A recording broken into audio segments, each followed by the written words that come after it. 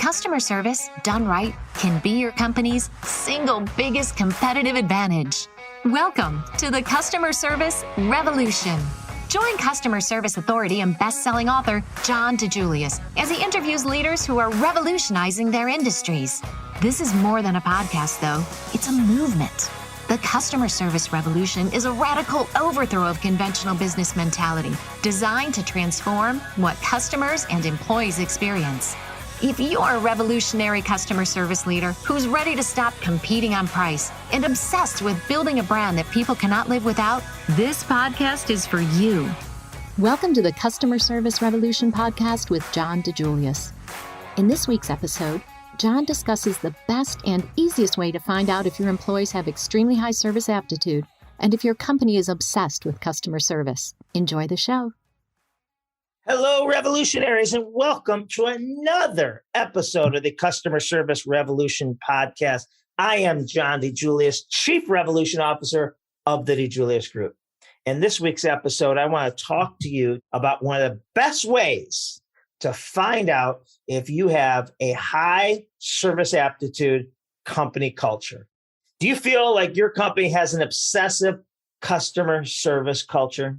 Is the customer experience your company delivers the same regardless of who on your team a client or customer interacts with? If it's not, I call that employee roulette. There is one simple way to find out. Call your company and ask whoever answers the phone if they can tell you what the weather is in a completely different city, different states. I call it the Weather Report Challenge. And the Weather Report Challenge shows you if you have a strong service culture.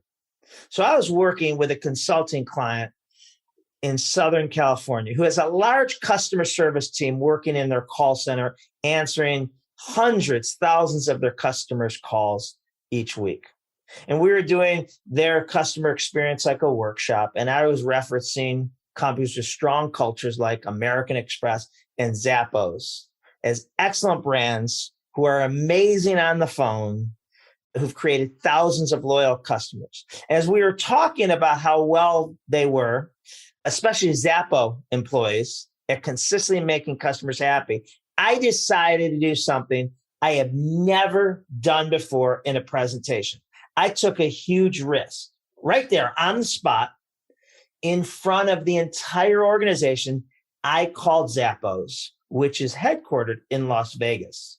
I unplugged the speaker that were attached to my computer and I plugged them into my iPhone port. It's back in the day when the iPhone still had an audio port, okay?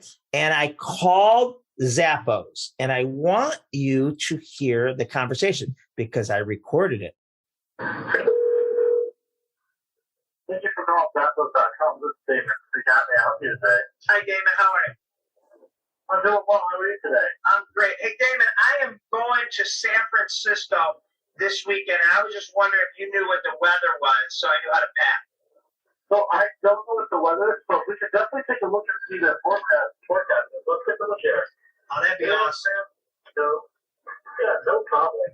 Let's see the weather this weekend. Is it for business or pleasure there? It's a little bit of both. There we go. At least you're getting the best of both worlds. You're getting your work done, but you also get to sit back and relax, hopefully. Exactly. Well, let's see here. So it looks like today they will be about 73 degrees in the midday. Tuesday, they're looking to be about 73 degrees. Wednesday, they're looking to be about 72. Thursday, it looks like it's going to get cloudy. Because it's cloudy throughout Monday through Thursday. That's why it's a little, it's kind of low time, but it's 68 degrees on Thursday there as their high. But Friday and Saturday, it looks like they're going to be 70 degrees.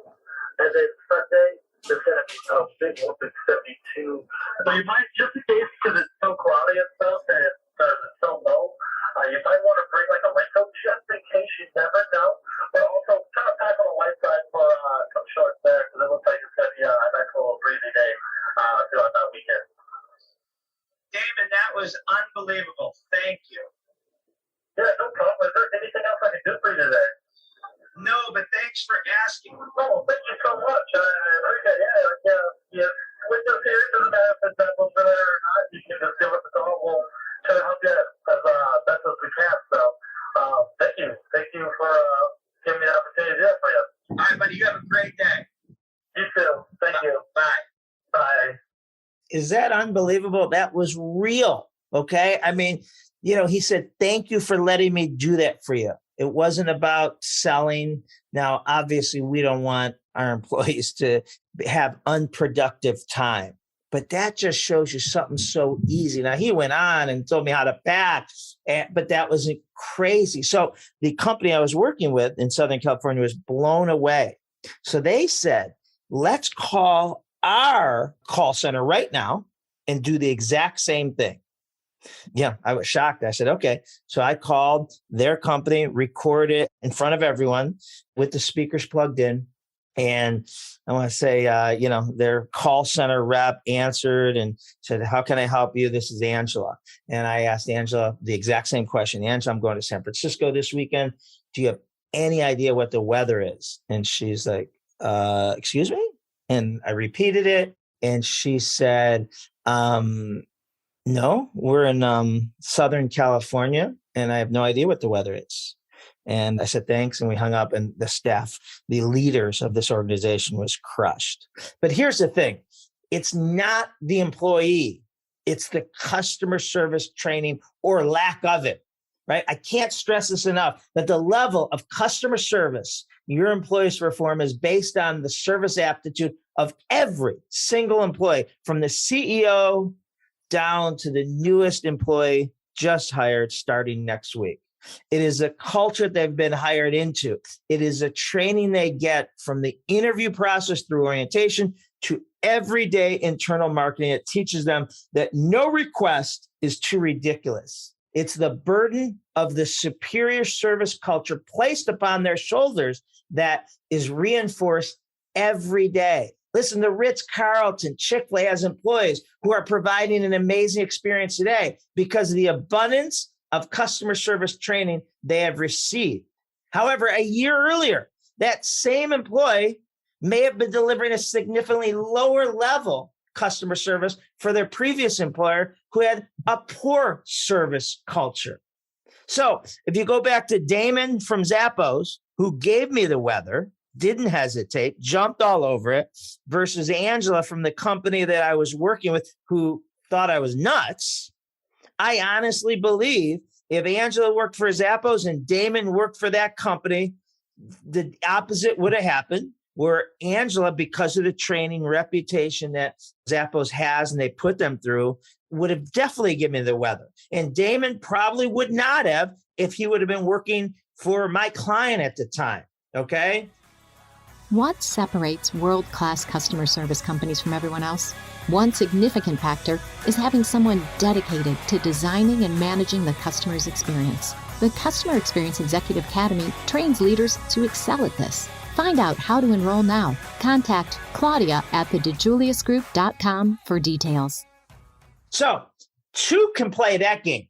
So since I use the Zappos call in many of my customer experience consulting workshops, one of our clients decided to be a secret shopper by calling one of the businesses I own, John Roberts Spa, to see how they would handle a similar request. She also recorded it. And when she was trying to book a haircut for a certain night, she asked the John Roberts call center rep if she knew if the Cleveland Indians were playing, we're in Cleveland, if the Cleveland Indians were playing that night because she had season tickets. You got to listen to what happened. I was shocked. Friday. So Friday the 25th, I can do a 5 o'clock for you. Okay. You know what? I have Indian season tickets. Do they have a game? Yeah, let me go ahead and pull that up. Yeah. Let me see. Ooh, and Friday nights are nice. They do all the fireworks. Yeah, they do. Let me see if they're playing that day for you. Friday the 25th. It looks like they are playing the Royals, but it is an away game. They're playing at the Royals. So I was thrilled when I heard that. Very proud of the John Roberts Spa customer service rep who answered that. I mean, how many companies would have said, I have no idea what the Indian schedule is, but she jumped on it. She even made small talk while she was looking it up, talking about fireworks.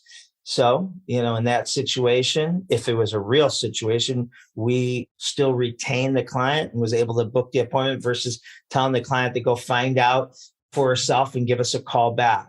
So I ask you, how would your staff handle the weather challenge?